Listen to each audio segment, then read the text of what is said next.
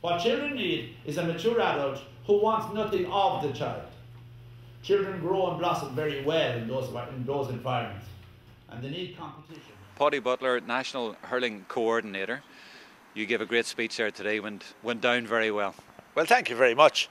I do think that people are demanding more and more of us, those that are out in front. They know the skills, they know the drills, but coping with teenagers is a very, very different level of operation. I visit schools every day in Ireland now, and I see teachers coping tremendously well. But people who are doing a normal day's work, coming home and exposed to teenagers who are bursting out of school and who have a lot of things going on in their head, they need another set of skills in order to function. And they're absolutely necessary. And I mean, without these coaches, those children could be lost completely. You had a great way of explaining what teenagers are like around that age. You compared them to wildebeests. Talk me through that.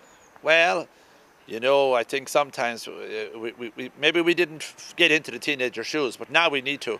They're on this race from childhood to adulthood, and it's a mad race and it's a mad dash, and it's, you know, it's fraught with dangers, but at the same time, other generations came through and some. But there are casualties, and more and more in the last 10 years, we can see an awful lot of casualties. Suicide is a big issue.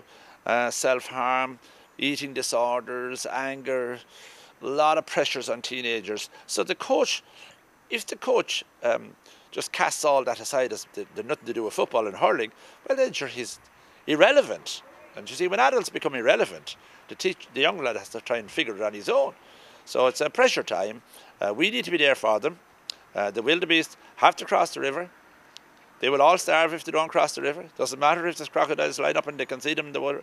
They need to get across there or the whole herd will starve. So it's nature's force, and the teenagers have to go through it. Their sexuality is developing, their own self-image is developing. They're come under the pressure of their peers, and they have to cope. So they need us, and we need to be equipped for them. And it's an exciting time for us in that we are developing too as adults. It's interesting that your delivery and what you're saying now as well isn't focusing on, say, picking the ball off the ground. It's about how you cope with a teenager. It is. It is. We have done many conferences and we focused on the game.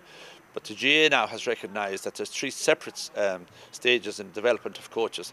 You have people now who will specialise in being child coaches and bring them right through from their infancy to 12 or so. Then you have the group who are going to be the teenage coaches of the teenagers. And then, see, you have the adults who are now committed to the game, and it's easy enough to manage them.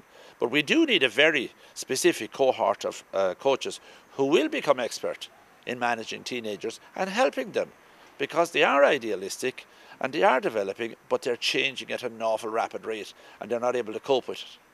So you're talking about getting into their head, where they're coming from. Yeah, and providing that empathy and that sympathy and that feeling that you recognise their value and their worth. And if we can build their self-image or their self-esteem, they will give it back to us 1,000-fold.